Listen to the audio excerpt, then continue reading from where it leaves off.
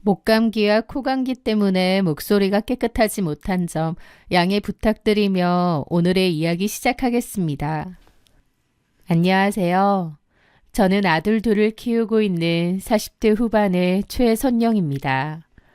지금은 남편과 주말마다 낚시도 가고 배낭 메고 등산도 다니며 세상 둘도 없는 술친구이자 베프처럼 지내고 있습니다. 겉보기엔 그저 평화롭고 화목해 보이는 중년 부부지만 불과 몇 년 전까지만 해도 저희 부부는 이혼 법정의 문턱까지 갔었습니다. 그 이유는 바로 제 시어머니 때문이었습니다. 결론부터 시원하게 말씀드리자면 저는 그 지독했던 시어머니와의 시월드 전쟁에서 이겼습니다. 그래서 현재는 시어머니와 연락 한 통, 문자 한 줄 주고받지 않고 살고 있어요. 시어머니가 제 삶에서 빠지니 남편과 이혼할 이유도 없고 아주 평화롭고 고요하게 살게 되네요. 제 인생에도 봄날이 온 느낌으로요. 제 속을 까맣게 태우다 못해 하얀 재로 만들어버릴 뻔했던 시어머니와의 전쟁 같은 이야기를 털어놓으려 합니다. 사실 결혼 준비를 했던 시절부터 어느 정도 이런 전쟁이 예견되어 있었던 것 같아요. 남편의 본가는 경기도 외곽의 소도시였고 어머님은 그곳에서 오랫동안 장사를 하신 분이었습니다. 결혼 인사를 드리러 처음 내려갔던 날 어머님의 눈빛을 아직도 잊을 수가 없습니다. 며느리 될 사람이 와서 반가운 게 아니라 마치 내 아들 뺏으러온 여우를 감별하겠다는 듯한 매서운 눈빛으로 저를 위아래 훑어보셨거든요. 식사 자리에서 시어머니는 대뜸 예비 며느리인 저에게 물으셨습니다. 그래, 너는 우리 민중이랑 결혼하면 어떻게 내조할 생각이니? 저도 똑같이 맞벌이로 일하고 있는데 저한테 어떻게 남편을 내조할 건지 물어보시더라고요. 사실 인사드리러 가는 자리에서 이런 말을 대놓고 물어보는 분이 다 있구나 싶어 좀 당황스러웠지만 그래도 웃으며 대답했습니다. 아, 서로 돕고 의지하면서 친구처럼 잘 살려고 합니다.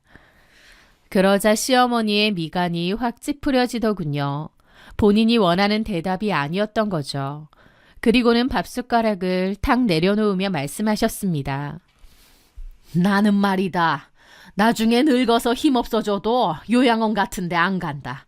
무조건 우리 민중이랑 같이 살 거야. 그 말에 저는 좀 당황스럽더라고요.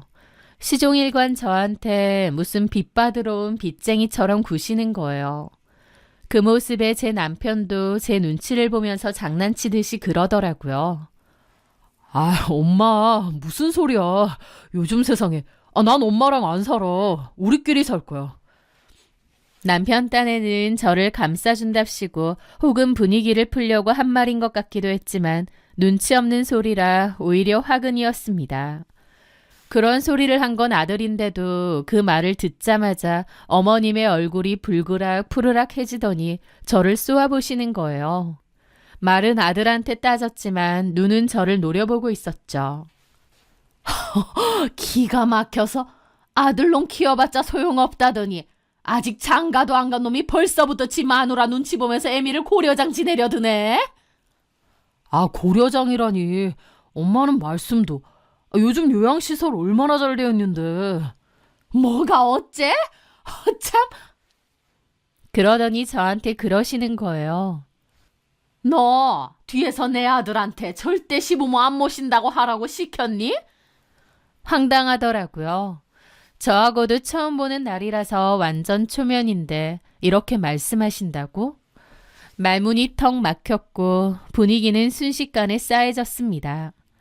어쨌든 그렇게 찜찜한 마음으로 첫인사를 마쳤습니다. 돌아오는 길 남편은 저한테 미안해하면서 그러더라고요.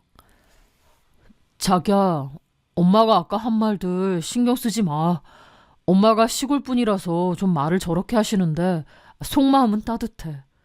그리고 뭐 아까 나중에 같이 살아야 되느니 그런 것도 신경 쓰지 마. 어머님이 그렇게 말씀하셨는데 어떻게 신경을 안 써? 그리고 어머님이 나 별로 마음에 안 들어 하시는 것 같아.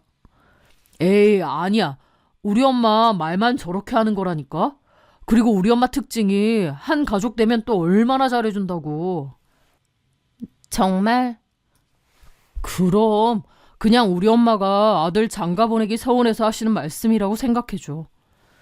남편은 어머님이 서운해서 괜히 그러는 거고 원래는 따뜻한 분이라더군요. 사실 그게 사실이 아니라는 건 저도 어느 정도 속마음에선 알았습니다. 만약 진짜 성정이 따뜻하신 분이면 처음 인사 온 예비 며느리한테 그렇게 하지 않으셨겠죠. 하지만 저도 남편이 좋고 그 결혼이 하고 싶었기에 그냥 모른 척 남편 말을 믿고 현실을 외면했던 것 같습니다. 사실 첫 만남부터 어머님이 그렇게 하시는 거면 저도 이 결혼은 아니구나 생각했어야 되는데 말이죠.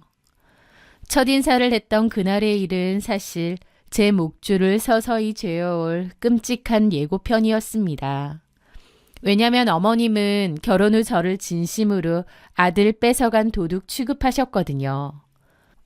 어머님의 기행은 신혼여행에서 돌아온 날부터 시작되었습니다. 어머님이 술에 잔뜩 취해 남편에게 전화를 거셨는데 대뜸 대성통곡을 하셨어요. 아이고 민주가 내가 널 어떻게 키웠는데 금이야 오기야 키워놨더니 웬 여우 같은 게 홀라당 채가냐. 나는 이제 누구 보고 사냐. 아들 뺏겼다. 아이고. 남편도 당황해서 제 눈치를 보며 자리를 피하면서 전화를 받더라고요. 하지만 어찌나 큰 소리로 우시는지 옆에 있던 저한테까지 다 들릴 정도였죠. 그 울음소리에 등골이 오싹해지는 거예요. 어머님은 저를 며느리로 맞은 게 아니라 마치 자신의 남자를 뺏어간 연적으로 생각하시는 것 같았거든요. 그렇게 생각만 할 뿐 아니라 말도 함부로 하셨습니다. 결혼하고서도 한 달 정도 지났을 때였어요. 저는 그맘때 친정에 가게 되었고 친정에서 엄마 밥 먹고 푹 쉬다 오게 되었죠. 얼마나 잘 쉬었는지 며칠 사이에 2kg 정도 쪘더라고요. 그리고 바로 시댁에 가게 되었는데 저를 위아래로 훑어보던 어머님의 눈빛이 예사롭지 않은 거예요. 그러더니 대뜸 독설을 날리시더군요. 아니 너는 결혼한 지 얼마 됐다고 벌써 그렇게 살이 찌냐? 최근에 좀 잘 먹어서. 아휴, 여자가 결혼했다고 긴장 풀고 관리 안 하면 남편이 밖으로 놔두는 거야. 네? 저는 잘못 들었나 싶어 되물었는데 어머님은 아랑곳 않고 말하시더라고요. 나중에 우리 민중이 바람나도 탓할 것 없다. 네가 그렇게 푹푹 퍼진 탓인 줄 알아.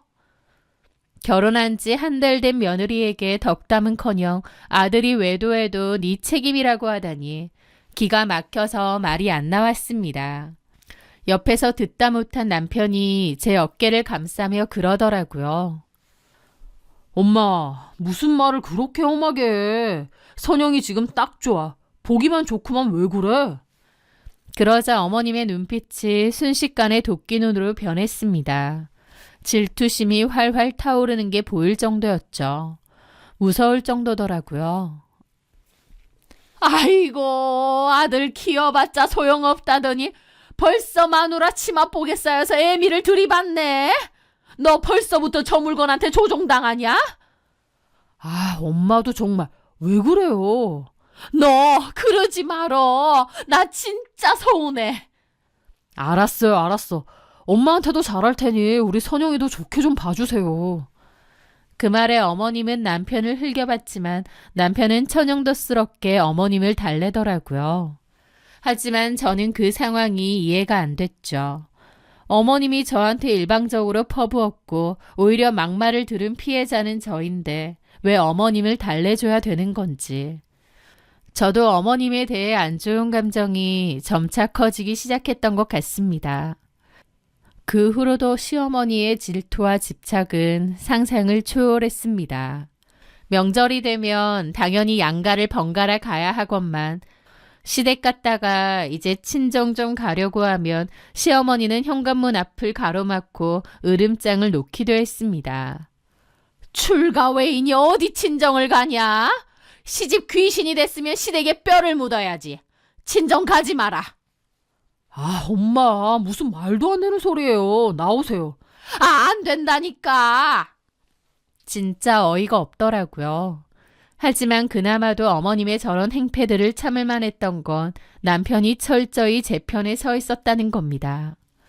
남편은 적당히 유들유들하게 어머님을 구슬리며 그 상황들을 모면하더라고요. 저도 어머님의 저런 태도에 질렸지만 그나마 남편이 중간 역할을 잘 해줬다고 생각해요. 하지만 첫째를 낳았을 때는 정말이지 치가 떨렸습니다.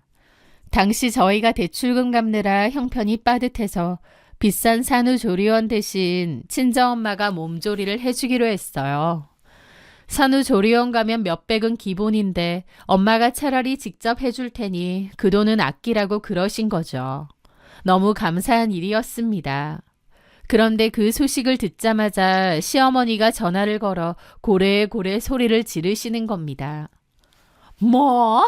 사돈댁으로 가서 지낸다고? 내 손자를 왜 사돈댁에 데리고 가냐? 나도 손자 보고 싶은데. 하면서 또 말도 안 되는 억지를 부리시는 거예요. 저도 너무 짜증나서 그랬죠. 저 산후조리하러 가는 거거든요. 그럼 어머님이 조리해 주실래요? 라고 물으니 그건 또 싫으신지 내가 늙어서 힘든데 며느리 시중까지 들어야겠냐? 며 발을 빼시더군요. 그래서 제가 그랬죠. 그럼 저 산후조리원 갈게요. 친정 안 가고 300만 원 어머님이 내주세요. 뭐라고? 너 나한테 돈 맡겨놨냐?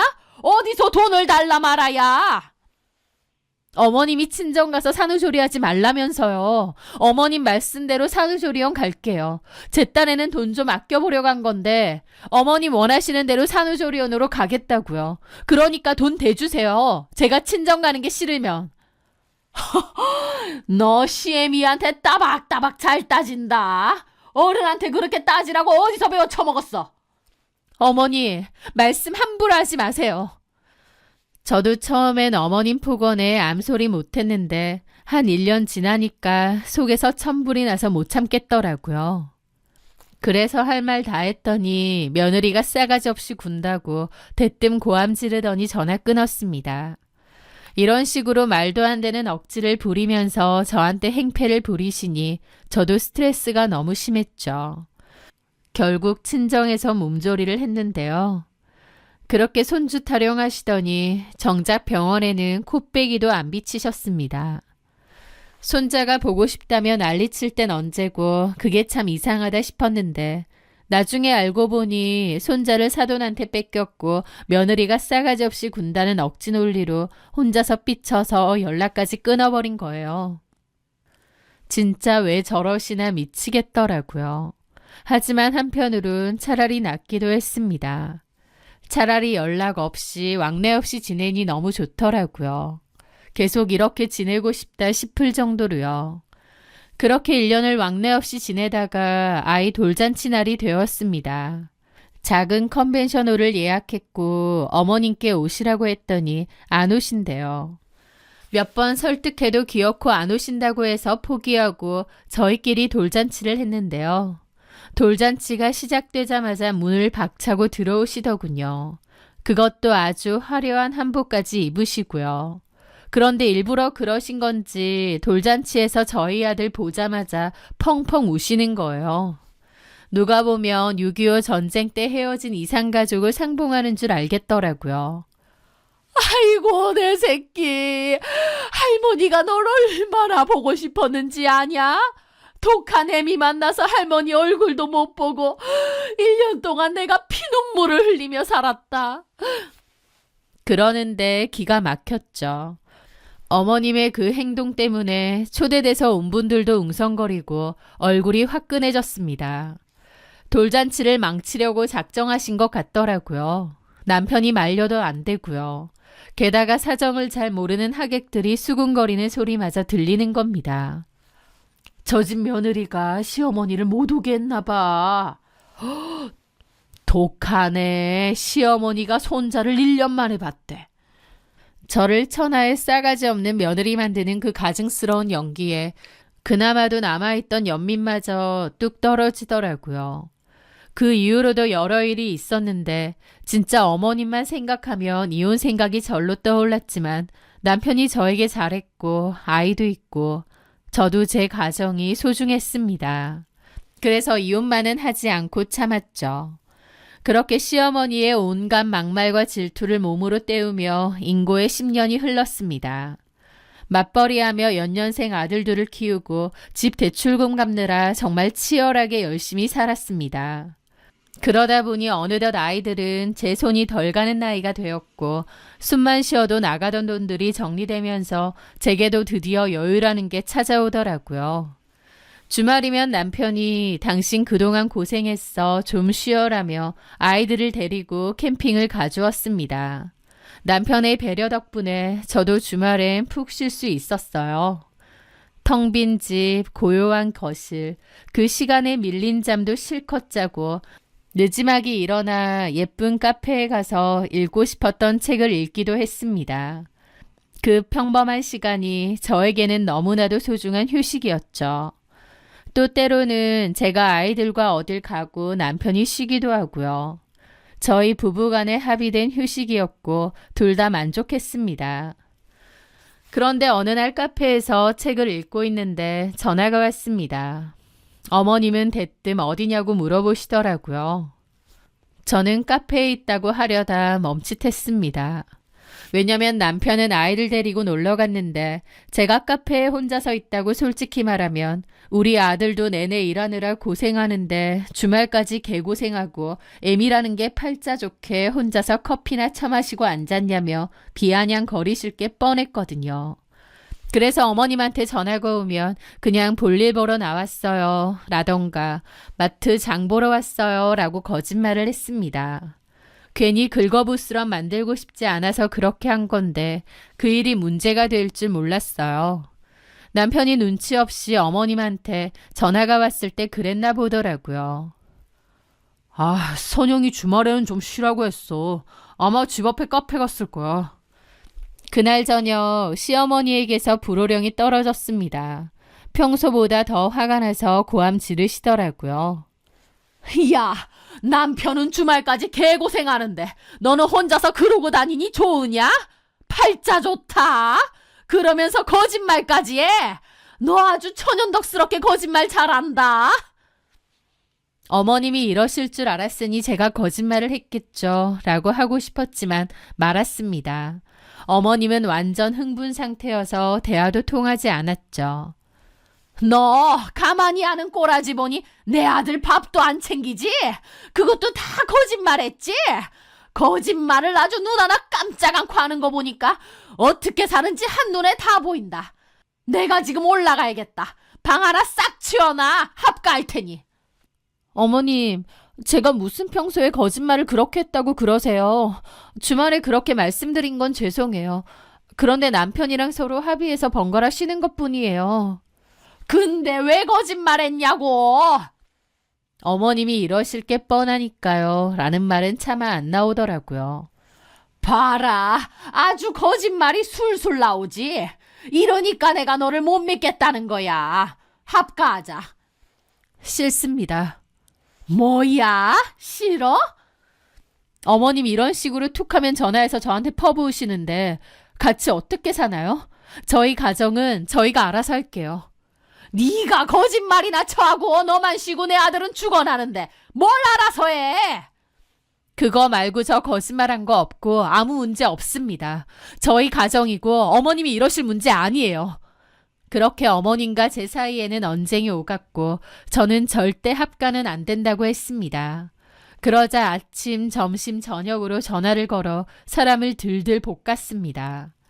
제가 분명 합가 안 한다고 했는데도 방 치웠냐, 이사 갈 날 잡았다, 내가 가서 살림 가르쳐야겠다, 언제 데리러 올 거냐 등등 사람을 압박하시는 거예요.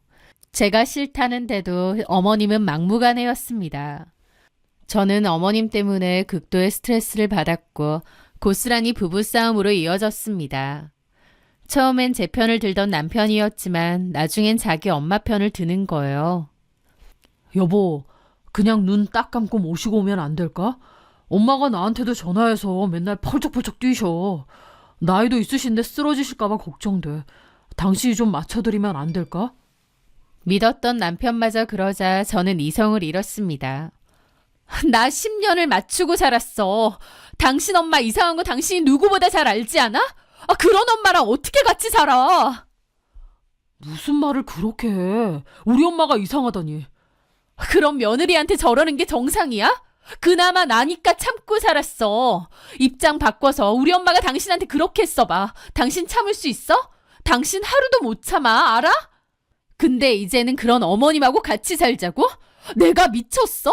나더러 그냥 확 죽으라는 소리야? 그동안은 어머님이 뭐라고 해도 남편이 든든히 제 편이 되어주었기에 참았는데 자기 엄마 편 들면서 저보고 좀 참아달라는 모습에 저도 배신감이 확 생겼죠.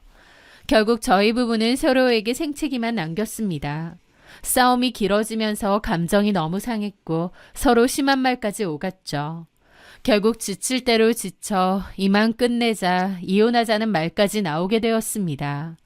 그 와중에도 어머님은 합가하겠다고 으름장을 놓으시기에 저도 그랬죠.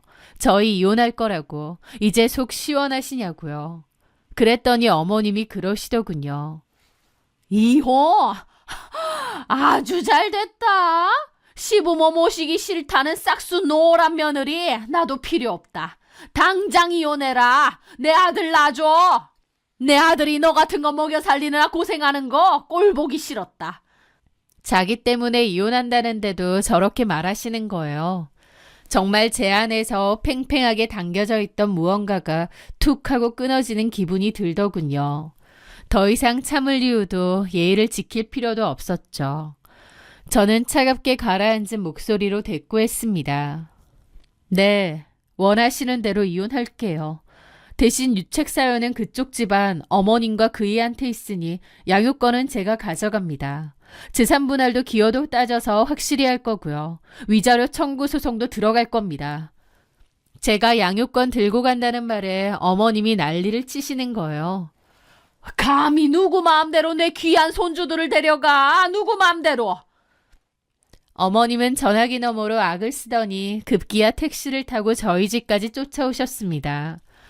현관문을 열자마자 신발도 벗지 않고 거실로 뛰어들어온 어머님은 살기 어린 눈빛으로 저를 노려보더니 제 뺨을 때리려고 손을 번쩍 드시는 거예요. 이제 손찌검까지 하려는 거였죠. 저는 잽싸게 피하고요. 제가 피하니까 더 약이 올랐는지 고함을 지르시더라고요. 못돼 처먹은요. 어디서 감히 시어머니한테 소송? 내가 널 오늘 죽여놓을 거다. 저는 피하지 않고 눈을 똑바로 보며 따졌죠. 네, 어디 한번 쳐보세요. 치시면 폭행죄까지 추가해서 위자료 아니 형사 합의금까지 싹 다 청구할 테니까 원하시는 대로 해드릴게요. 어머님 원하시는 대로 그 금쪽 같은 아들 돌려드릴 테니까 데리고 가셔서 평생 끼고 사세요. 대신 제 아들들은 안 돼요. 어머님 아들만 데리고 가시라고요. 제 목소리는 더 이상 떨리지 않았습니다. 오히려 차갑게 식어 비수처럼 날카로워졌죠. 제 기세에 완전히 눌린 어머님은 부들부들 떨며 입만 벙긋거리더군요. 저는 그 기세로 식탁 위에 소송 자료를 올려놨습니다. 변호사 만나서 소송 준비하고 있는 자료들이었죠. 이거 제가 변호사랑 소송 준비하는 자료예요. 어머님 그동안 저한테 막말 잘도 하셨죠? 제 폰 녹음되거든요. 어머님 막말들 다 녹음되어 있습니다. 법대로 해보시죠. 이제 더 이상 가족도 아니니 제가 예의 있게 해드릴 필요도 없겠죠? 저도 이제 끝장 볼 겁니다. 아시겠어요? 그때 마침 학교에서 큰아들이 돌아왔습니다. 그 광경에 아들도 좀 당황했는데 갑자기 어머님이 마지막 발악이라도 하듯 저희 큰아들 팔을 거칠게 잡아 끌며 소리치는 거예요. 민준아, 너는 우리 집 장손이다. 나랑 살자. 네 엄마 아주 나쁜 사람이야. 할머니랑 아빠 버리고 도망가려고 하는 나쁜 년이라고. 이제부터 할머니랑 살자. 어? 아이에게까지 가스라이팅을 시도하는 그 추악한 모습에 피가 거꾸로 솟는 것 같았습니다. 그런데 제 아들이 그런 할머니의 손을 거칠게 뿌리치며 악을 쓰듯 소리치더라고요. 할머니가 더 나빠요. 저도 다 알아요. 할머니가 엄마한테 무슨 소리 하시는지. 저희 엄마 힘들하고 우는 거 할머니 때문이잖아요. 나 할머니 다시는 보기 싫어요. 우리 집에서 나가요. 나가라고요. 항상 순하고 말이 없던 손자의 서슬퍼런 외침. 그건 어머님에게 그 어떤 말보다 충격적인 한 방이었던 모양이었습니다. 어머님은 마치 망치로 머리를 얻어맞은 사람처럼 그 자리에 주저앉았고 바닥을 치며 펑펑 우시더군요. 그 와중에 제 탓을 하시고요. 저 독한 애미가 애를 다 망쳐놨네. 그 꼴을 더 보고 있다가는 토가 나올 것 같았습니다. 저는 통곡하며 우는 어머님을 내버려 두고 방으로 들어가 짐을 꾸렸습니다. 아이들 짐도요. 그리고 큰아들과 함께 나왔고 가는 길에 둘째 아들도 학원에서 데리고 와서 친정으로 가버렸습니다. 친정엄마는 짐가방을 들고 들어온 저와 손자들을 보며 사색이 되셨지만 제 결심을 듣고는 잘했다 내 딸 고생 많았다며 말없이 안아주셨습니다. 그날 밤 남편이 전화가 왔고 저는 오늘 있었던 일을 다 말해주며 우리는 끝이라고 했습니다. 그리고 며칠 뒤 남편이 친정으로 찾아왔습니다. 꼴은 엉망이었고 눈은 퉁퉁 부어 있었죠. 남편은 제 부모님과 저 앞에 무릎을 꿇고 이마가 바닥에 닿도록 싹싹 빌었습니다. 알고 보니 저한테 얘기를 듣고 나서 남편도 참 생각이 많아졌는데 어머님이 끝까지 제욕을 하면서 헤어지라고 대신 애들은 데리고 오라고 악을 쓰셨대요. 그 모습에 남편도 완전 질려버렸고 아들 이혼시키는 게 어머니 목적이냐고 도대체 왜 이러는 거냐고 고함을 질렀다더군요. 아들 이혼시키면 속이 시원하겠어? 엄마가 연하던 게 이거야? 나 처자식 없이 혼자 늙어 고독사 하는 거야? 그동안 그렇게 선영이 괴롭혔으면 됐지. 도대체 왜 이러시냐고요. 나도 엄마 편 들어보려고 했는데 도저히 이해가 안 돼요. 나도 더 이상은 안 되겠어. 이제 엄마 아들 안 하고 싶어. 나 그냥 이혼하고 확 죽어버릴래. 그래야 다 끝날 것 같아. 아들이 죽어버리겠다며 날뛰자 어머님은 충격을 받아 실신 직전까지 가셨고 한바탕 난리가 났었다고 합니다. 그렇게 남편은 어머님 대신 저와 아이들을 선택했습니다. 그리고 어머님은 아들까지 잃어버릴까봐 겁에 질리셨는지 저에게 전화해서 그러시더라고요. 우리 민중이랑 이혼만은 하지 말아다오. 내가 다시는 너희 집에 안 가마. 전화도 안 할게. 그러니까 이혼 말고 그냥 살아줘라.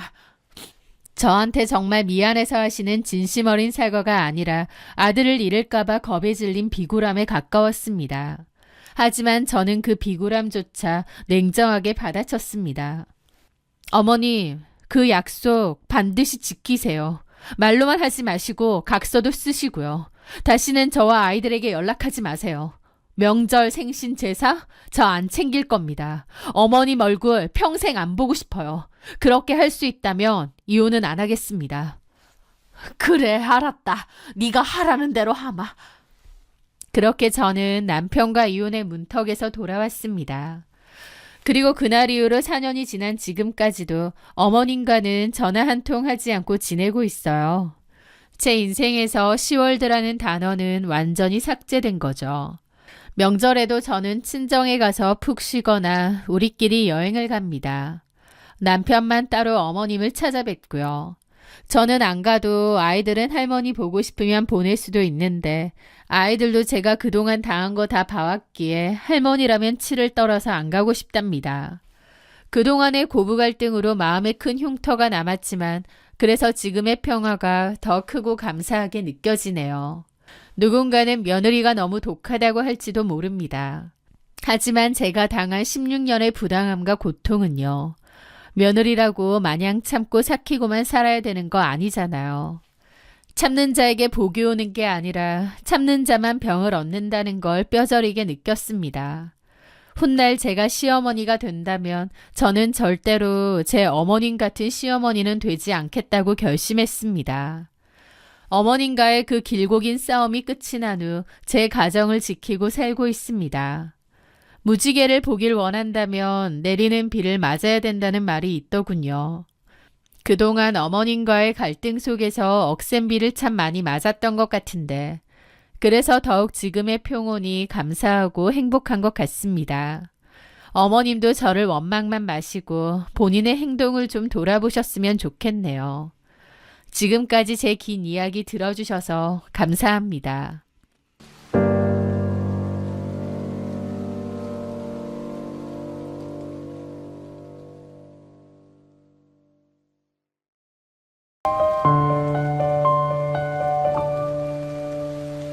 안녕하세요. 저는 여성복 쇼핑몰을 15년째 운영하고 있는 40대 워킹맘입니다. 제 인생은 늘 일이 1순위였습니다. 20대 때부터 다른 친구들 취업 준비나 연애를 할 때 저는 잠을 3, 4시간으로 줄여가며 동대문 새벽시장을 누볐습니다. 옷이 너무 좋았거든요. 사입부터 포장, 배송, CS, 그리고 직접 피팅 모델까지 해가며 그야말로 제 청춘을 쇼핑몰에 갈아 넣었죠. 덕분에 쇼핑몰은 탄탄하게 자리를 잡았고 저는 또래 친구들이 부러워할 만한 경제력을 갖추게 되었습니다. 하지만 빛이 강하면 그림자도 짙다고 했던가요? 일하는 게 너무 재밌어서 앞만 보고 달리다 보니 어느새 제 나이는 30 후반을 향해 가고 있었습니다. 주말에도 사무실에 나가 일하는 게 편할 정도로 워커홀릭이 되어버린 저에게 결혼은 그저 남의 나라 이야기 같았죠. 그런데 38살 늦은 나이에 운명처럼 제 심장을 뛰게 만든 남자가 나타났습니다. 상대는 저희 회사의 경력직 MD로 입사한 저보다 6살 어린 배성현이었습니다. 처음 면접 볼 때만 해도 그저 인상 좋고 싹싹한 직원 정도였습니다. 그런데 같이 일을 해보니 볼수록 진국이더라고요. 센스 있게 업무를 처리하는 능력도 좋았지만 무엇보다 사람을 무장해제시키는 탁월한 매력과 재주가 있었습니다. 능글맞으면서도 선을 넘지 않는 유머와 위트 있는 말솜씨로 딱딱했던 회사 분위기를 주도하는 그의 모습에 저도 모르게 마음이 가고 자주 웃게 되더라고요. 일밖에 모르던 제 건조한 삶에 단비처럼 웃음을 주는 남자였죠.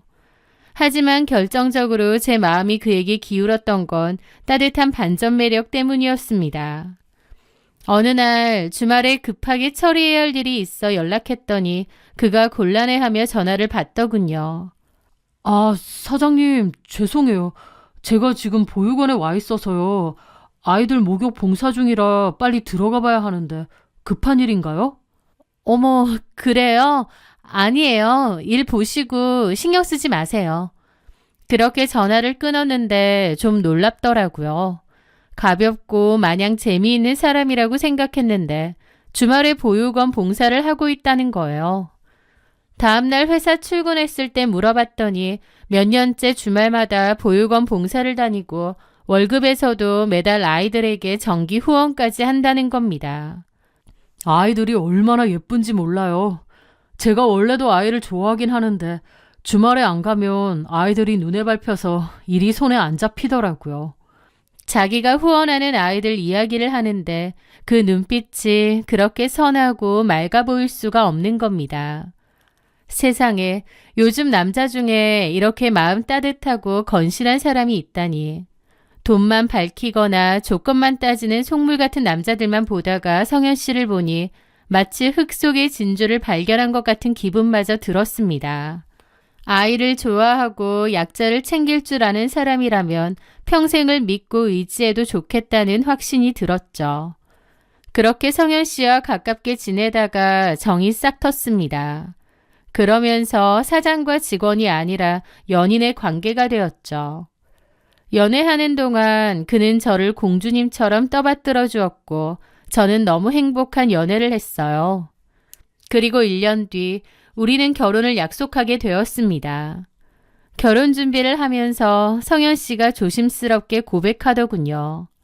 수빈아, 나 고백하자면 사실 모아둔 돈이 하나도 없어. 내가 20대 후반부터 30대 초반까지 3년 동안 세계 일주를 했었거든. 어머, 정말? 멋지다. 정말 해보고 싶었던 거라서 후회는 없어, 지금도. 남들은 철없다 할지 몰라도 나는 그때의 경험이 내 인생의 자산이라 생각하고 살았거든. 하지만 모아둔 돈을 그때 다 썼어. 너랑 너무 결혼하고 싶긴 한데 막상 너랑 결혼하려니 빈털터리인 내가 너무 초라하고 미안하더라고. 성현 씨는 무슨 죄라도 지은 것처럼 고개를 숙이고 말했습니다. 하지만 저는 오히려 그런 모습이 더 멋졌어요. 있는 돈을 다 털어서 세계일 줄 아니. 그건 결코 쉬운 일이 아니잖아요. 너무 멋지더라고요. 특히 저같이 일밖에 모르는 워커홀릭에게는 더 매력적으로 보이는 모습이었고요. 그때 제 눈엔 콩깍지가 참 단단히 씌워져 있었던 것 같습니다. 저는 성현 씨에게 말했습니다. 돈 주고 살 수 없는 경험을 한 거네. 오히려 멋지다 자기야. 그리고 내가 사장님이야. 돈은 내가 잘 버니까 상관없어. 나는 오히려 자기가 돈보다 시야가 넓고 그릇이 큰 사람인 게 더 좋아. 저는 풀 죽은 글을 다독이며 말했습니다. 성현 씨는 감동받은 얼굴로 저를 보더라고요. 정말? 그리고 걱정할 거 없어. 집은 내가 살고 있는 아파트에서 신혼살림 시작하면 되고 혼술할 것도 없지. 이미 내가 쓰고 있는 물건들 다 괜찮으니까. 한마디로 자기는 그냥 몸만 와도 된단 말이야.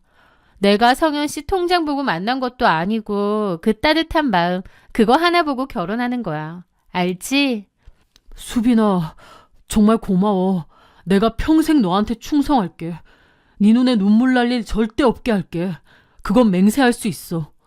저와 성현 씨는 손을 꼭 잡았습니다. 그리고 저희는 스몰 웨딩을 하기로 했어요.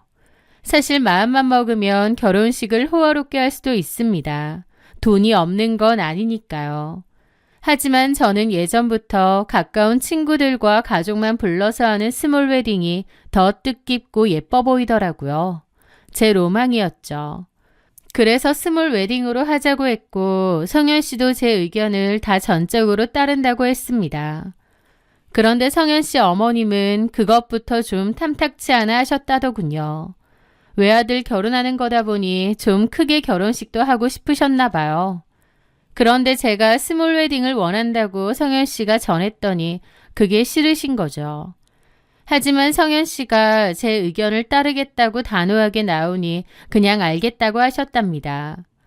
어머님은 처음부터 저를 썩 마음에 안 들어 하셨어요. 하지만 그런 마음을 노골적으로 드러내진 않으셨습니다. 오히려 제가 해가는 경제적인 조건들을 아셨기에 싫어도 티내지 않고 슬그머니 꼬리를 내리셨죠. 그렇게 저는 주변의 우려와 시어머니의 눈치를 뒤로하고 오직 남편의 사람 됨됨이 하나만 믿고 결혼을 강행했습니다. 저는 결혼 3개월 만에 임신이 되었는데요. 40을 바라보는 나이라 임신이 쉽지 않을 거라고 생각했는데 축복처럼 아이가 빨리 찾아와 주었죠. 저는 뛸 듯이 기뻤고 어머님도 좋아하셨습니다. 제가 노산이라 아이가 잘 안 생길까봐 꽤나 걱정하신 모양인데 아이가 생겼다고 하니 엄청 기뻐하시더라고요. 하지만 그것도 잠시 병원에서 성별이 딸이라는 말을 들었고 전해드렸는데 어머님의 표정이 싸늘하게 식은 겁니다. 어머님은 그 누구보다 아들을 기대하셨거든요. 물론 저는 딸도 좋았죠. 딸이든 아들이든 아무 상관 없었고요. 어머님은 몹시 실망하셨지만 저와 남편의 눈치 때문인지 애써 실망한 티를 감추려 하셨습니다. 하지만 그럼에도 불쑥불쑥 싫은 티를 내시더라고요. 아휴, 이제 나이도 많아서 둘째 가지기도 힘든데 하필이면 딸이네. 네? 아니다, 아무것도. 그냥 혼잣말 한 거다. 그나저나 너 둘째 생각은 있는 거지? 지금 임신 중인데 벌써 둘째요? 아니, 그래도 아들이 있어야 집안의 대가 안 끊기잖니. 든든하기도 하고. 어머님은 영 마음에 안 든다는 표정으로 제 배를 보시더라고요. 하지만 그때마다 남편이 제 편을 들어주었습니다. 엄마, 무슨 그런 옛날 소리를 해. 그리고 난 딸이 훨씬 좋아. 우리 수빈이 닮은 예쁜 딸 낳으면 내가 평생 업고 다닐 거야. 아이고 참. 어머님은 비록 딸이라서 실망하셨지만 남편이 든든했기에 괜찮았습니다. 그렇게 10달을 채워 눈에 넣어도 아프지 않을 예쁜 딸을 낳았어요. 그 아이는 쑥쑥 자라 어느덧 첫 돌을 맞이하게 되었습니다. 늦은 나이에 얻은 딸이다 보니 더 예쁘고 뭐든지 다 해주고 싶더라고요. 그리고 친정 식구들도 다 너무 축하를 했습니다. 특히 제 여동생은 하나뿐인 조카를 위해 정말 특별한 선물을 준비해 왔어요. 언니, 내 친구 중에 보석 디자이너 있는 거 알지? 현지. 걔한테 얘기해서 디자인하고 특별 주문 제작한 거야. 어머, 진짜? 세상에, 너무 예쁘다. 세상에 딱 하나밖에 없는 반지야, 이건. 우리 서은이한테 주려고 내가 신경 좀 썼지. 야, 진짜 감동이다. 너무 고마워. 이모가 이 정도는 해줘야지. 그리고 여기 안쪽에 봐봐. 서은이 이니셜도 있지? SE라고. 와, 그렇네. 세상에, 고마워. 서은이한테 너무 좋은 선물이다. 동생이 건넨 돌반지는 정말 독특하고 아름다웠습니다.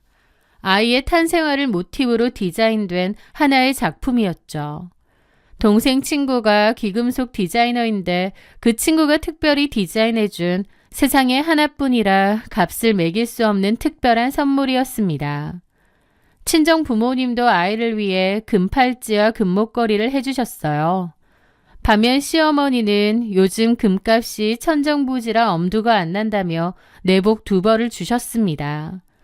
좀 황당했지만 형편이 마냥 좋으신 편이 아닌 걸 알기에 이해했습니다.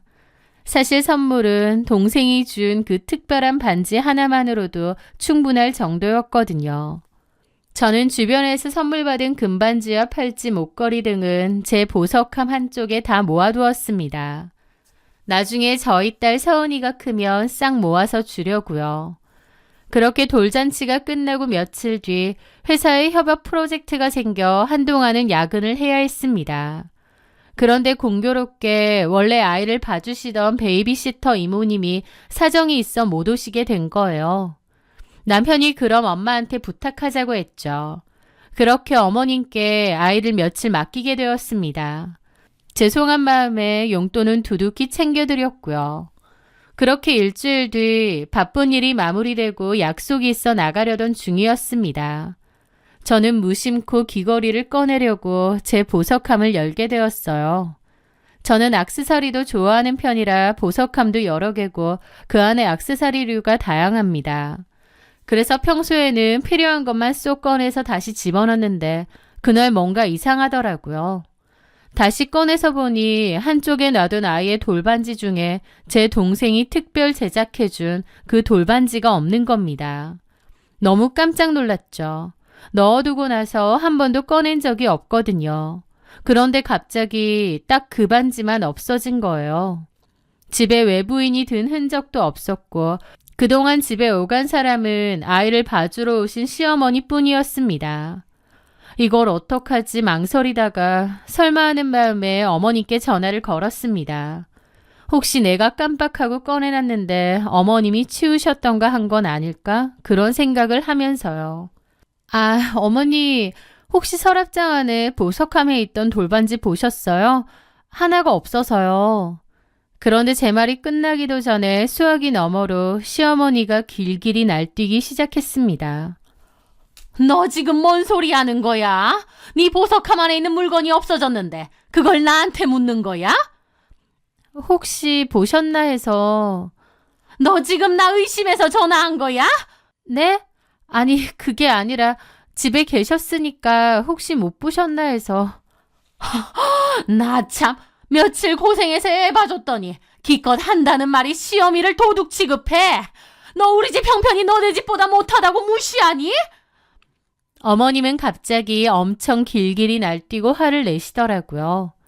평소에는 눈치를 많이 보시고 화를 막 내시는 편도 아닙니다. 그런데 그날은 작정한 듯 화를 막 내시는 거예요. 저도 당황했죠.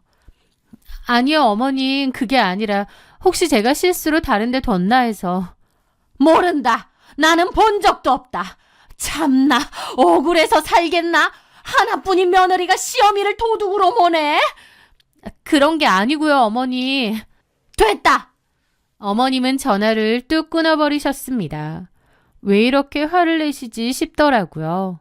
그리고 퇴근하고 돌아온 남편 역시 집에 오자마자 저한테 서운해하며 화를 냈습니다. 엄마한테 들었는데 당신 진짜 너무한 거 아니야? 엄마를 어떻게 도둑 취급을 해? 아니, 돌반지가 없어져서 그냥 여쭤본 건데. 솔직히 그냥 여쭤본 거 아니잖아. 밖에 나와 있는 거 어디 갔냐 물어본 것도 아니고 화장대 서랍장 안에 보석함이 있었던 거라며. 그 말인즉슨 엄마한테 훔쳤냐 물어본 거나 마찬가지잖아. 당신 우리 집 가난하다고 무의식 중에 깔보는 거 다 티나는 거 알아? 뭐라고? 아니, 무슨 그런 말을 해. 나는 그저 집에 온 사람이 어머님밖에 없는데 반지에 무슨 발이 달려서 나간 게 아니잖아. 그래서 여쭤본 건데. 그깟 반지 하나 때문에 우리 엄마 가슴에 대못을 박아. 진짜 너무한다. 엄마한테 사과해. 남편이 하도 섭섭해하며 화를 내는 통에 저는 더 이상 아무 말도 하지 못했습니다. 내가 그렇게 잘못한 건가 싶더라고요. 차라리 다른 반지면 어쩔 수 없다고 생각했을 거예요. 그런데 하필 동생이 특별하게 만들어준 그 반지가 없어지니 미치고 팔짝 뛰겠더라고요. 혹시나 해서 집안 곳곳을 뒤져봤지만 당연히 없었습니다. 사실 제가 꺼낸 적이 없으니 밖에 나와 있을 리가 없죠. 귀신이 곡할 노릇이었지만 가정의 평화를 위해 더 이상 아무 말 하지 못했습니다. 그렇게 며칠이 지난 어느 날 저녁이었습니다. 남편이 소파에 누워 한참이나 휴대폰을 보고 있더군요. 평소 같으면 게임을 하거나 뉴스를 볼 텐데 표정이 뭔가 흐뭇해 보이기도 했습니다. 뭐 봐? 뭐가 그렇게 재밌어? 제가 슬쩍 다가가자 남편은 화들짝 놀라며 휴대폰 화면을 가슴팍으로 숨겼습니다. 아니야 아무것도. 그냥 뭐 웃긴 짤 좀 보고 있었어. 진짜? 나도 봐. 그렇게 손을 뻗는데 남편이 피하는 겁니다. 에이 뭘 봐. 그냥 친구놈들이 보내준 거. 그러면서 자리를 피하는데 그 순간 뭔가가 이상하더라고요. 여자의 직감이 경고등처럼 울렸다고 해야 될까요? 별거 아닌 일일 수도 있지만 뭔가 남편의 행동이 너무 부자연스럽고 이상한 겁니다. 잠시 후 남편이 씻으러 욕실에 들어간 사이 저는 남편의 휴대폰을 집어들었습니다.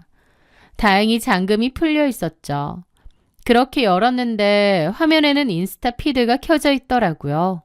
그리고 방금까지 보고 있던 게시물은 어떤 귀여운 남자 아기 사진이었습니다. 남의 집 애 사진을 왜 보고 있지? 귀여워서 보고 있었나?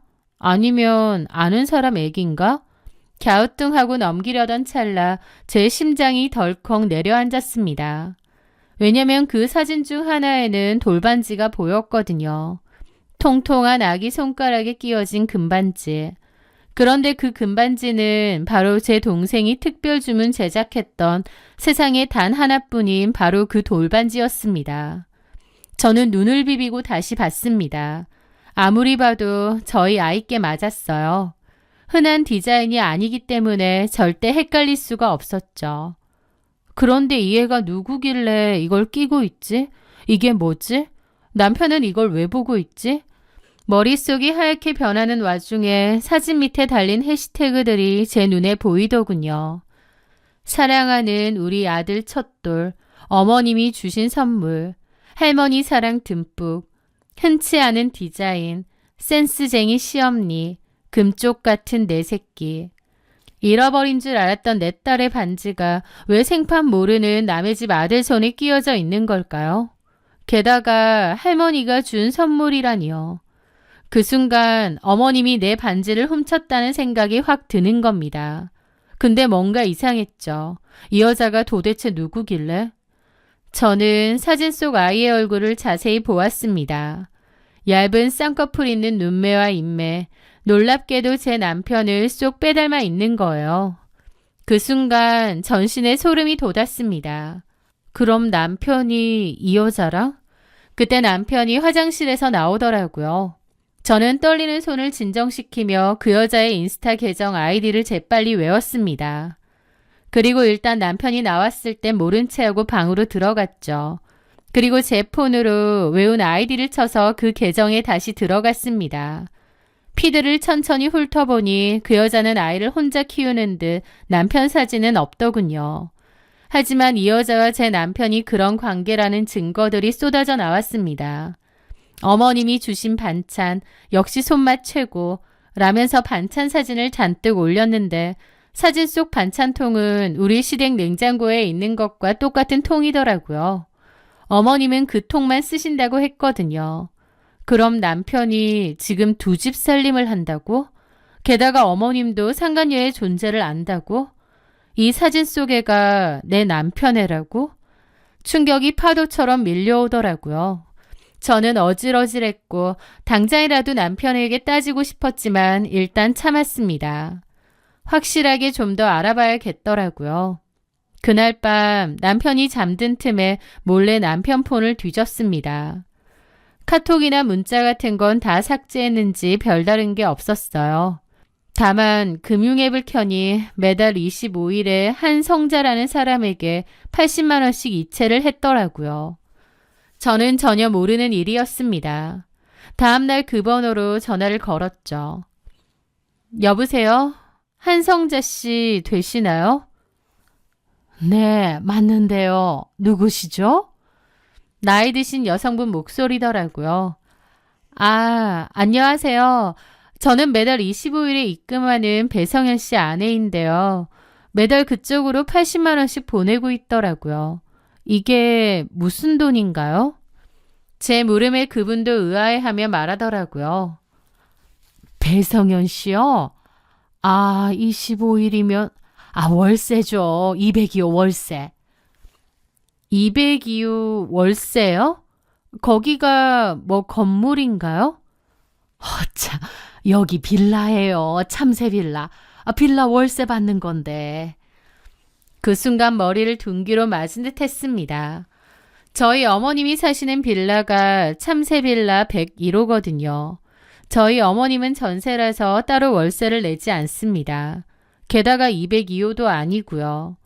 그렇다는 말은 남편이 202호 월세를 내준다는 말이고 곧 거기에 제가 모르는 누군가가 살고 있다는 뜻이었습니다. 아마도 이 돌반지를 훔쳐간 여자와 그의 아들이 살고 있겠죠. 저는 너무 경악을 했습니다. 이게 다 무슨 일인지 정리가 필요했죠. 그러니까 제 추측으로 남편이 지금 두 집 살림을 했고 어머님도 알고 있고 심지어 그 여자는 어머님 윗집에 살고 있다는 것. 그리고 저희 딸이 돌인데 그의 아들도 돌반지를 선물 받은 걸 보면 나이가 비슷하다는 뜻이었습니다. 그러니까 임신기간이 겹쳤다는 건데 남편이 이 여자랑 저랑 양다리를 걸쳤다는 뜻이더라고요. 저는 너무 경악을 했습니다. 이게 다 무슨 말도 안 되는 일인가 싶더라고요. 자고 있던 남편의 싸닥이라도 때려야 되나 싶었지만 저는 간신히 참았습니다. 현장을 덮치고 증거를 제대로 잡아내야겠더라고요. 왜냐면 뭔가 확실한 증거라는 게 지금 없었거든요. 저는 여동생을 불러 자초지종을 설명하고 그 빌라로 향했습니다. 여동생도 화가 머리 끝까지 났더라고요. 저는 여동생에게 촬영을 부탁하고 같이 그 202호로 갔습니다. 초인종을 눌렀더니 여자 목소리가 들리더라고요. 누구세요? 저 주인집 딸인데요. 관리비 문제 때문에 잠깐 왔거든요. 그 말에 잠시 후 여자가 문을 열더라고요. 그 순간 바로 그 여자를 밀치고 안으로 들어갔습니다. 집안 풍경은 가관이었습니다. 거실벽에는 제 남편과 그 여자 그리고 아이가 함께 찍은 가족 사진이 떡하니 걸려있더군요. 당신들 뭐야? 나가! 여자가 소리치자마자 저는 그대로 그 여자의 뺨을 올려붙였습니다. 뺨을 맞은 그 여자는 겁에 질려 있었죠. 나 배성현 와이프다 이년아. 뭐라고요? 당장 내놔. 뭘? 내 딸 돌반지 내놓으라고. 네 아들 손에 끼워놓은 거 그거 내 거야. 배성현 엄마가 내 반지 훔쳐서 너한테 준 거라고. 그때 시어머니와 남편이 헐레벌떡 들어왔습니다. 사실 제가 오기 전에 미리 문자 보내놨거든요. 바람 피는 거 다 알고 있고 지금 202호 간다고요. 저는 남편이 들어와 제 이름을 부르자마자 멱살을 잡고 싸대기를 날렸습니다. 야, 배성현, 너 진짜 쓰레기구나. 내 돈으로 외제차 끌고 다니면서 뒤로는 딴 집 살림하고 있었어. 엄마랑 첩이랑 한 건물에 모셔놓고. 여보, 오해야. 그게 아니라. 오해, 저 사진은 뭔데?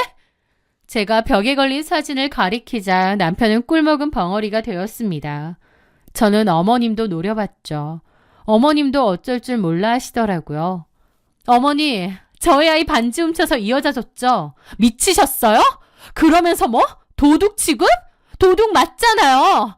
아들 상간녀랑 내통한 것도 모자라서 손녀 반지까지 훔쳐서 선물해요. 참 구질구질하네요. 그리고 저는 상간녀에게 말했습니다. 야, 이 인간은 너 가지든 말든 마음대로 해. 그리고 반지는 내놔. 그 여자는 악을 쓰며 버텼습니다. 그게 왜 당신 거예요? 어머님이 사주신 건데 당신 거란 증거 있어요?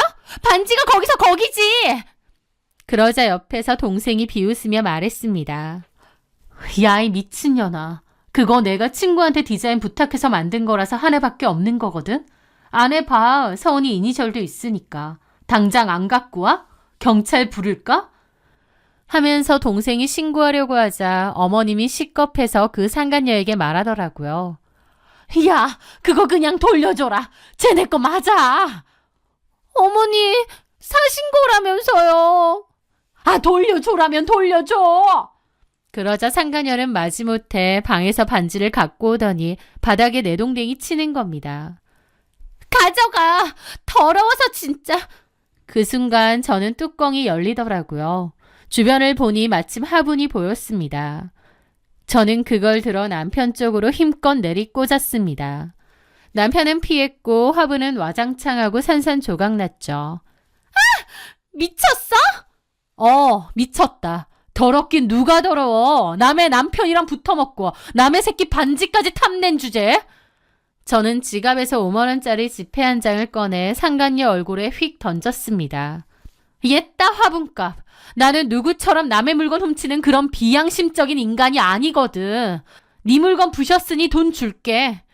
그리고 배성현에게 선언했습니다. 배성현, 이혼할 테니까 위자료나 준비해. 양육비? 그딴 거 필요 없어. 대신 내 딸 볼 생각 꿈도 꾸지 마. 회사에서도 당장 나가. 집에서도 나가고. 저는 그렇게 동생과 그 길을 떠났습니다. 그 길로 상간녀와 시어머니, 남편 모두에게 소송을 걸었죠. 그날 촬영한 증거가 있었기에 남편이 두 집 살림에 아이까지 있다는 사실이 여실히 다 드러났습니다. 증거가 워낙 명백했기에 완벽하게 승소했고 친권과 양육권 모두 제가 가져왔습니다. 빈털터리가 된 남편은 제 회사에서도 쫓겨나고 제가 사줬던 외제차도 뺏겼죠. 여태까진 저랑 살면서 생활비 한 번 안 냈거든요. 오히려 제 카드로 신나게 긁고 다녔죠. 그러면서 지 월급으로 어머님 생활비에 그 여자 월세 내주고 살았던 것 같은데 이제는 회사도 잘리고 그런 생활은 꿈도 못 꾸죠. 202호 월세 낼 돈이 없으니 정리하고 어머님의 좁은 전셋집에 넷이서 지지고 볶으며 사는가 보더라고요. 저는 야무지게 위자료 다 받아내고 그 집이랑 끝을 냈고요. 시간이 좀 흐른 뒤 남편 놈은 딸 핑계대며 만나자고 연락이 오는 겁니다. 그 좁은 집에서 복작거리며 살다 보니 아차 싶었겠죠. 저는 딸이 어쩌고 하는 남편 놈에게 네 아들이나 챙기고 살라고 우리 딸에게 아빠는 죽고 없다고 단호히 선을 그었습니다. 사실 소송을 하면서 조사하다가 알게 된 건데요. 남편이 예전에 보육원에서 봉사를 했다느니 세계 일주를 몇 년 갔다 왔다느니 그런 소리를 잘했잖아요. 저는 그런 모습에 남편에게 큰 매력을 느꼈던 거고요. 그런데 알고 보니 그런 것도 다 거짓말이었습니다. 남편은 보육원 봉사활동을 한 적도 없고 세계 일주도 갔다 온 적이 없었습니다. 그러니까 이 인간은 완전 습관적인 거짓말을 달고 사는 그런 인간이었던 거예요. 자기를 잘 포장할 줄만 아는 사기꾼이나 다름없는 그러니까 사랑꾼 행세하면서 저랑 결혼하는 와중에 다른 여자 만나서 두 집 살림을 했던 거죠. 와, 내가 완전 사기꾼 같은 놈한테 당했구나 싶어서 기가 막히더라고요. 그리고 전 시모도 그 상간녀의 존재를 알았는데 그 상간녀가 아들이 있다고 하니 그쪽으로 마음이 간 모양이었습니다. 게다가 그 상간녀가 배성현보다 나이도 어리고 멍청해서 말도 잘 듣고 거기다 아들까지 했으니 콧대 높은 며느리인 저보다 그쪽에 더 마음이 갔나 보더라고요. 그런데 전 시모도 참 구질구질하죠. 돌반지 하나 사줄 돈 없어서 며느리 거 훔쳐서 상간녀한테 준다니요. 그게 딱 그 집안 수준이 아닌가 싶습니다.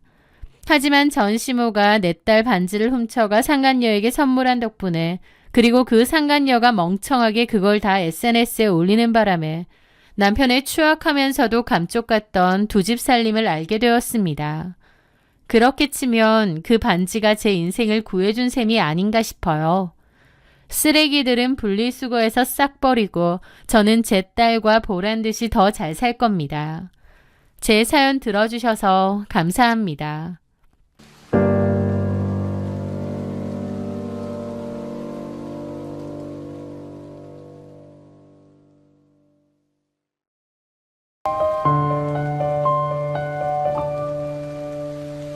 안녕하세요.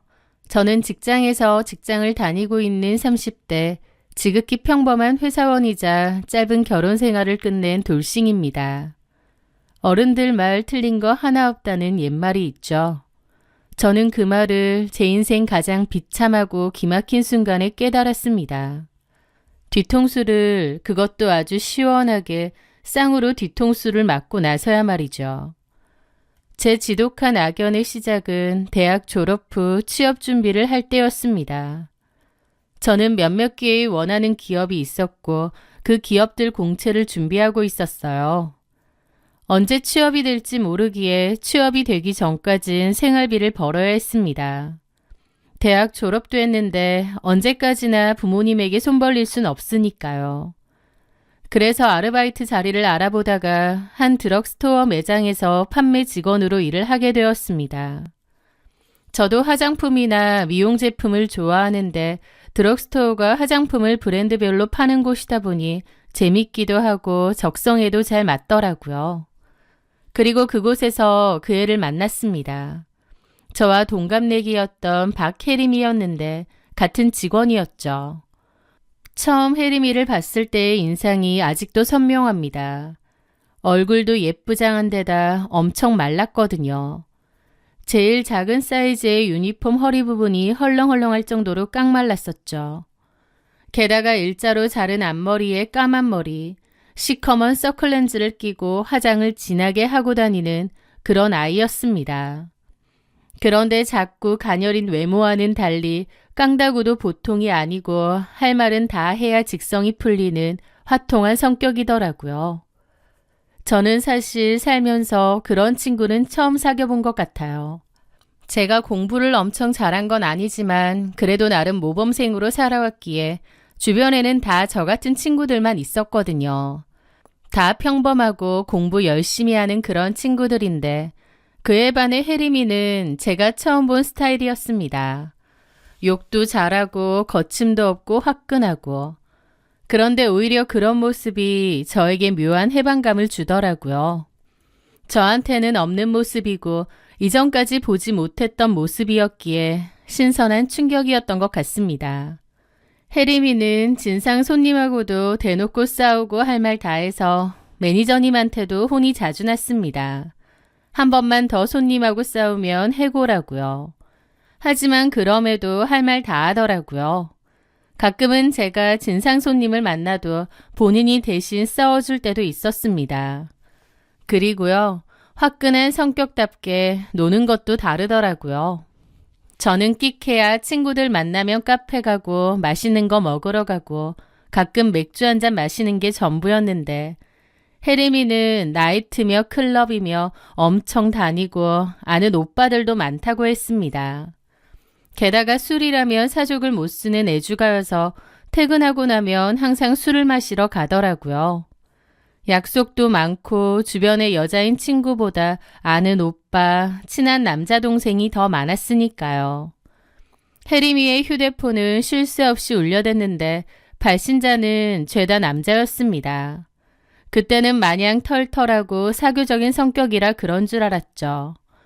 유흥이라곤 모르던 범생이었던 제가 그런 혜림이랑 어울리다 보니 조금씩 그녀의 세계에 물들기 시작했습니다.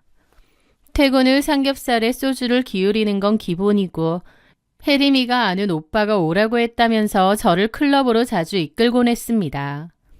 슬기야, 오늘은 찬호 오빠가 술 사줄 테니 친구 데리고 오래. 가자. 그 클럽 연예인들도 많이 와. 그렇게 클럽에 가면 혜림이는 물 만난 고기 같았습니다. 자주 오는지 직원들하고도 친하고 오빠 동생하며 스스럼 없이 어울리더라고요. 그런 게 저에겐 다 신세계였죠. 그맘때 저는 도파민 팡팡 돌게 하는 혜림이와 노는 게 너무 재밌었습니다. 늦바람 든 것처럼요. 하마터면 취업 준비고 뭐고 노는데 정신 팔려 살 뻔했죠. 하지만 인생 선배인 부모님의 눈은 속일 수 없었나 봅니다. 취업 준비하면서 아르바이트 하겠다던 딸이 하루가 멀다 하고 술 냄새를 풍기며 들어오니 엄마가 진지하게 경고하셨어요.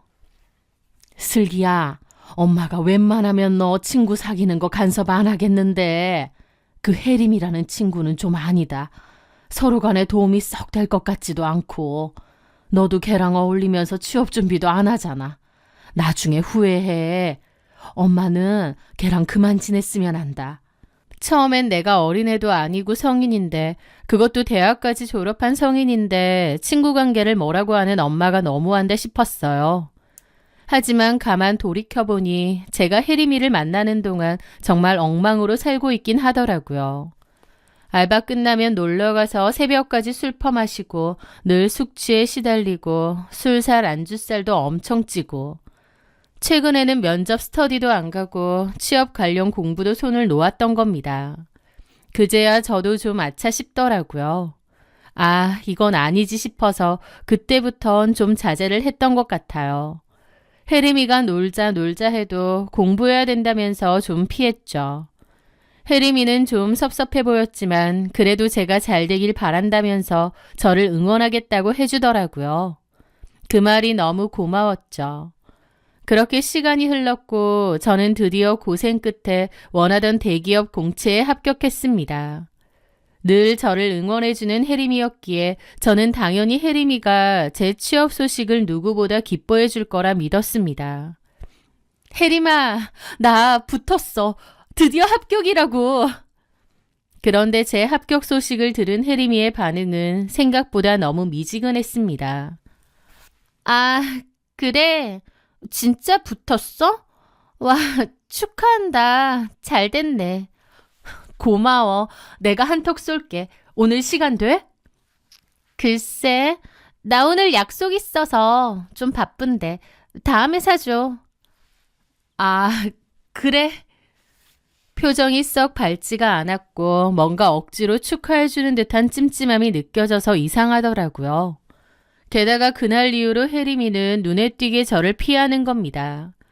사실 저도 이제 취업이 됐으니 드럭스토어는 그만둔다고 말했는데 그만두기 전 남은 기간 동안에도 혜림이는 저를 일부러 피하더라고요.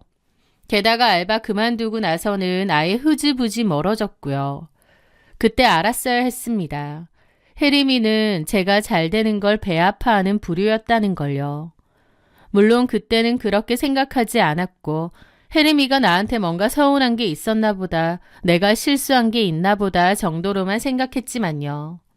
회사에 들어간 후로도 드문드문 먼저 연락을 했는데 답장이 늦게 오거나 일주일 뒤에 올 때도 있더라고요. 그것도 엄청 무성의하게요. 아, 나랑 별로 연락 안 하고 싶구나 라는 걸 깨닫고 그 후론 저도 안 했습니다. 혜림이와 저의 인연은 그렇게 끝인 줄 알았어요. 그렇게 세월이 흐르고 흘러 3년이라는 시간이 흘렀습니다. 그런데 그때 정말 뜬금없이 혜림이에게 연락이 왔습니다. 슬기야, 잘 지내? 우리 얼굴 못 본 지 너무 오래됐다. 한번 볼래? 오랜만에 연락 온 친구. 너무 반가운 마음에 만나자고 했습니다. 그렇게 다시 만나니 혜림이는 예전처럼 밝은 모습이더라고요. 뭐 하고 지내냐니까 정형외과에서 간호조무사로 일하고 있다고 했습니다. 그러면서 간호대학 가려고 준비하고 있다고도 했죠. 저는 혜림이에게 너는 야무져서 잘할 거라고 응원했습니다. 그러다가 혜림이가 자기 친구를 부르겠다는 거예요. 소개팅 이런 건 아니었고 그냥 친구로서 소개해주는 자리라고 하면서요. 그 남자애는 혜림이와 고등학교 동창이라고 하더라고요. 이름은 김영진이고 20살 때 싱가포르 이민 갔다가 작년에 한국 들어온 애야. 은행 다니고. 다시 한국 왔다고 연락 왔길래 그때부터 다시 연락하고 지내거든. 재밌는 애라서 슬기 너도 소개해 줄게. 친구로 지내면 좋잖아. 아, 그래. 나도 좋지. 다 같이 친하게 지내면. 슬기는 원래도 자기 지인들을 저에게 잘 소개해 줬습니다. 그래서 저도 좋다고 했죠. 그런데 혜림이의 말과 달리 영진이의 첫인상은 최악이었습니다. 누가 억지로 오라고 한 것도 아닌데 있는 내내 뚱한 표정으로 앉아 있었거든요. 말도 안 하고 틱틱거리고요. 너무 불편했고 뭐 저런 싸가지가 다 있나 싶었죠. 그래서 전혀 성격 좋지도 않고 무례하다. 그냥 친구로 지내자고 소개해주는 자리인데 왜 저러지 싶었죠. 그런데 너무 황당하게도 며칠 뒤 혜림이가 저한테 영진이를 다시 남자친구로서 소개팅 받아보라는 겁니다. 영진이가 제가 너무 마음에 들었다면서 다시 만나게 해달라고 했대요. 있는 내내 뚱하게 있을 땐 언제고 갑자기 제가 마음에 들었다고 정식으로 다시 소개팅을 해달라는데 어처구니가 없었죠. 뭔 소리야. 걔 완전 썩은 표정으로 앉아 있었잖아. 누가 보면 도살장 온 줄 알았는데. 쑥스러워서 그랬겠지. 한번 만나보라니까. 저는 싫다고 거절했지만 혜림이의 끈질긴 설득에 못 이겨 다시 만났습니다. 그런데 두 번째 만남에선 사람이 180도 달라져 싹싹하게 굴더군요. 처음엔 그렇게 뚱하더니 다시 만나니까 세상 싹싹하고 재미있는 겁니다. 그땐 정말 쑥스러워서 그랬나 보다 했죠. 그렇게 영진이와 저는 만나다가 나중에 연애도 하게 되었습니다. 그런데 우리가 사귄 지 반년쯤 되었을 때 혜림이가 또다시 연락이 두절되었습니다. 겨우 통화가 됐을 때 뜬금없는 소리를 하는 거예요. 슬기야, 나 사랑하는 사람 생겼어. 여기서 차 2시간 걸리는 지방인데 나 그 오빠랑 살림 합치기로 해서 내려왔어. 뭐? 갑자기 그게 무슨 소리야? 너 간호대 준비한다며. 아, 됐어. 그냥 준비 안 할 거야. 나 그 오빠랑 결혼할 거야. 저는 기가 막혔습니다. 도대체 어떤 남잔데 그래? 직업은 뭔데? 몇 살인데? 나보다 12살 많고 직업은 뭐 그냥 사업 준비 중이야. 야, 박혜림, 너 미쳤어? 직업도 불분명한 띠동갑 백수 아저씨랑 동거를 하겠다고? 너 인생 망칠 일 있어? 아, 제발 정신 좀 차려. 저는 진심으로 걱정되어 말린 건데 혜림이는 오히려 불같이 화를 냈습니다. 야, 말 함부로 하지 마. 네가 그 오빠에 대해서 뭘 안다고 함부로 짓거려? 너 대기업 다닌다고 사람 무시해? 뭐라고? 야, 박혜림, 너 어떻게 그렇게 말해? 아, 짜증나네 진짜. 됐고, 내 인생이니까 신경 꺼. 그러더니 일방적으로 전화를 끊어버렸고 그 길로 잠적해버렸습니다. 제 번호는 아예 차단한 것 같더라고요. 저는 너무 황당해서 영진이에게 이 이야기를 전했습니다. 하지만 정작 영진이는 심드렁하게 대꾸하더라고요. 박혜림 원래 지멋대로 사는 애잖아. 그냥 냅둬. 지가 좋아서 간다는데 네가 말린다고 듣겠어? 걔는 아무도 못 말려. 너도 친구잖아. 좀 말려봐. 내가 왜? 슬기야, 너 그거 오지랖이야. 알아서 살라 그래. 그때는 영진이의 그 무심함이 그저 친구의 성격을 잘 아는 탓이라고만 생각했습니다. 어쨌든 그렇게 혜림이와는 또 인연이 끊겼어요. 저는 그 후로도 영진이와 2년을 더 연애했습니다. 그리고 결혼도 했어요. 영진이 번호로 혜림이에게도 청첩장을 보냈지만 혜림이는 오지 않았습니다. 그제서야 저도 단념했죠. 아, 혜림이와의 시절 인연이 다 했구나 라고요. 이제 남편이 된 영진이와의 신혼 1년은 꿈만 같았습니다. 남편은 가정적이었고 우리는 누구보다 행복했으니까요. 하지만 딱 1년이 지나자 남편이 서서히 변하기 시작했습니다. 다정하던 눈빛은 싸늘하게 식었고 별거 아닌 일에도 너는 왜 이렇게 융통성이 없냐며 짜증을 내기 일쑤였습니다. 퇴근 시간은 점점 늦어졌고 주말이면 피곤하다고 잠만 자거나 연락이 두절된 채 밖으로 돌 때도 많았죠. 저도 갑자기 변해버린 영진이의 태도에 너무 힘들더라고요. 요즘 왜 그래? 나한테 불만 있어? 여자 생긴 건 아니지? 아, 또 시작이네. 사람 좀 들들 볶지 마. 회사 일 때문에 스트레스 받아 미치겠는데 너까지 왜 이래? 남편은 적반하장으로 화를 냈고 싸우거나 서로 말을 안 하거나 두 가지였습니다. 남편의 태도 변화에 저도 지쳐가고 말라가던 어느 주말 오후였습니다. 저는 지방 출장이 있어서 이틀 정도 집을 비웠다가 저희 집으로 오고 있을 때였어요. 그런데 집 근처에서 익숙한 누군가가 걸어가는 것을 보게 되었죠. 놀랍게도 혜림이었습니다. 저는 차를 세우고 내렸어요. 혜림아. 제가 조심스럽게 부르자 여자가 뒤를 돌았습니다. 혜림이가 맞았습니다. 혜림이도 좀 당황한 얼굴이더라고요. 너 여기 어쩐 일이야? 그러자 혜림이가 그러더라고요. 아, 실은 나 이 동네에 아는 언니가 살아서 잠깐 왔다가 너도 이 동네 산다는 거 기억나서 괜히 둘러보고 있었어. 근데 진짜 이렇게 너랑 마주칠 줄은 몰랐는데. 그 말에 저는 좀 놀랐습니다. 완전히 저를 잊고 살 줄 알았는데 제가 생각나서 이 주변을 둘러보고 있었다뇨. 그동안 혜림이에게 섭섭했던 마음이 싹 사라지더라고요. 그리고 혜림이가 먼저 그러는 겁니다. 그동안 연락 못해서 미안해. 그렇게 저희는 근처 카페에 가서 대화를 좀 나누었습니다. 혜림이는 그 12살 연상 남자랑은 진작 헤어졌다며 고생을 많이 했는지 눈시울을 붉히더라고요. 일방적으로 연락을 끊어 섭섭하고 미워했던 마음도 잠시 초췌해진 친구의 모습을 보니 반가움과 안쓰러움이 앞섰습니다. 그렇게 이런저런 대화를 하다가 저도 요즘 남편 때문에 힘들었던 속사정을 혜림이에게 모두 털어놓았습니다. 사실 영진이가 요즘 너무 변했어.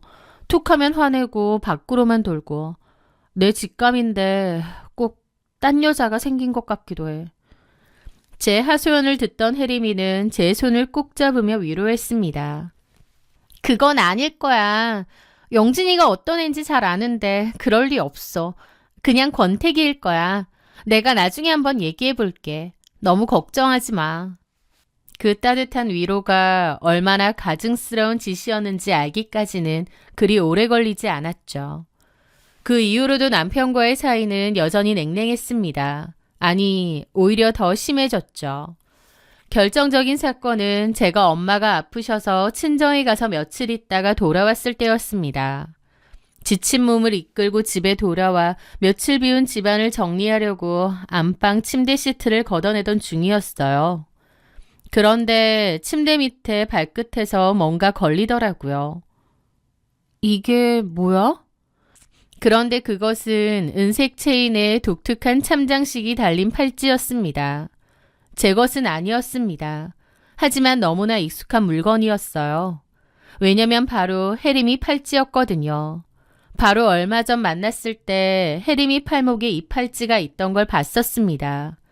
디자인이 독특하다고 하니 외국 여행 갔다가 산 거라고 했던 기억도 나고요.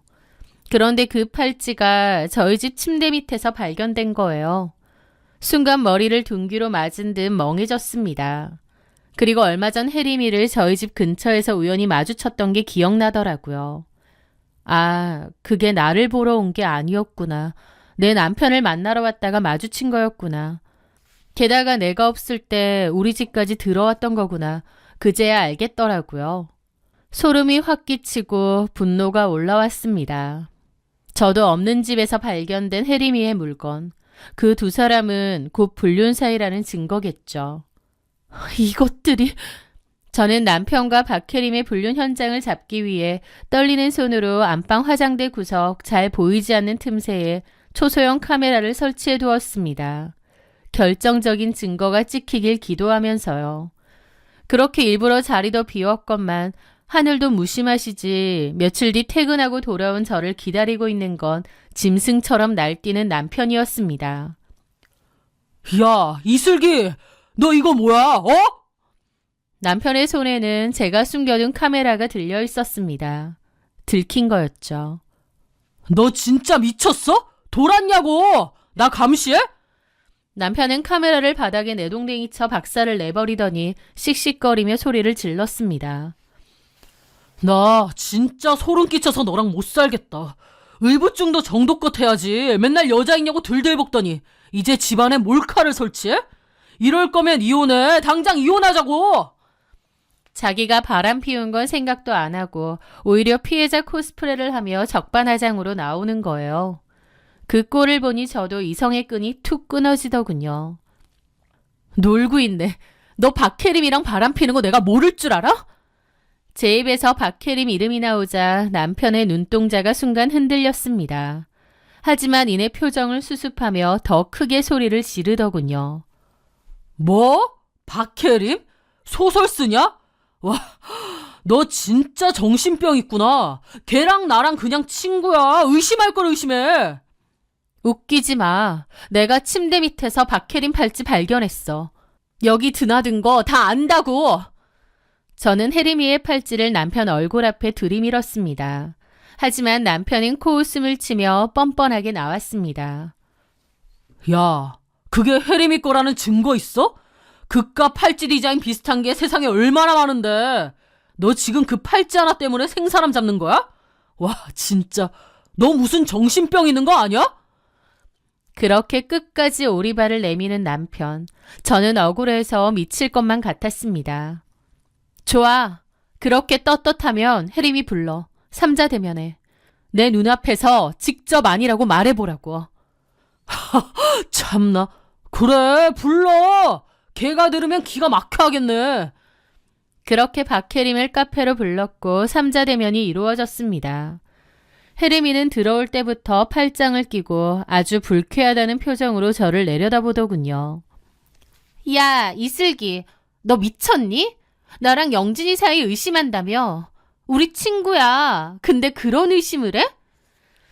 저는 떨리는 손으로 가방에서 문제의 팔찌를 꺼내 테이블 위에 올렸습니다. 그럼 이건 뭐라고 설명할 건데? 이거 네 거 맞지? 우리 집 안방 침대 밑에서 나왔어. 변명해보라고. 혜림이는 팔찌를 힐끗 보더니 어이없다는 듯 피식 웃음을 터뜨렸습니다. 와, 진짜 너 무슨 병 있니? 이거 내 거 아니야. 비슷하긴 한데 내 건 얼마 전에 다른 친구 줬어. 그걸 거짓말이라고 하고 있니? 너 이거 한국에 없는 디자인이라고 했잖아. 이 팔찌가 니네 안방에서 왜 발견됐는진 모르겠지만 여튼 내 거 아니라고. 너 진짜 이상해졌다. 어떻게 친구랑 남편을 의심해? 영진이랑은 나랑은 친구야, 친구. 애초에 너네들 내가 소개해준 거 까먹었니? 남편은 한숨을 푹 쉬며 거들었습니다. 내가 아니라고 몇 번을 말해도 말을 안 들어먹는다. 미안하다, 혜림아. 괜히 너까지 오라가라 하고. 둘이서 눈빛을 교환하며 저를 정신나간 여자 취급하는 꼴을 보니 뒷목이 당기고 피가 거꾸로 솟았습니다. 하지만 저는 증거가 없었죠. 와, 너희들 진짜 천벌 받을 거야. 끝까지 이렇게 나온다 이거지? 천벌은 무슨... 야, 왜 나한테 난리야? 넌 내가 우스워? 나 기분 나빠서 더는 못 앉아있겠다. 갈래. 니들 집안일은 니들끼리 알아서 해결해. 나도 여기 못 있겠다. 야, 이슬기, 이혼 서류 준비할 테니 그런 줄 알아. 그렇게 혜림이가 먼저 가방을 챙겨 자리에서 일어나려던 바로 그 찰나였습니다. 갑자기 저희 뒤 테이블에 앉아있던 한 여자가 벌떡 일어나더니 다짜고짜 저희 테이블로 오는 거예요. 그러더니 이 천하의 나쁜 년아! 하고는 혜림이의 싸다기를 날리는 겁니다. 저는 이게 무슨 상황인가 경악했는데 그 와중에 그 여자가 혜림이의 머리채를 휘어잡더라고요. 그리고는 또 귀싸대기를 날렸고요. 얼마나 세게 때렸는지 쩍 소리가 카페 전체에 울려 퍼질 정도였죠. 뭐야? 당신 누구야? 이거 안 나? 혜림이는 비명을 지르며 발버둥 쳤지만 아주머니의 악력은 대단했습니다. 머리채를 잡은 손을 흔들며 아주머니가 소리쳤습니다. 내가 누구냐고? 네 년이랑 놀아난 이상목 와이프다 이년아. 내 남편하고 놀아난 것도 모자라 저 남자하고도 놀아났지? 놀아난 남자가 한둘이 아니던데 내가 다 알아 이 더러운 년아. 이상목이라는 이름이 나오자 혜림이의 얼굴이 순식간에 하얗게 질리더군요. 제 남편도 기겁하며 일단 그 여자를 말렸습니다.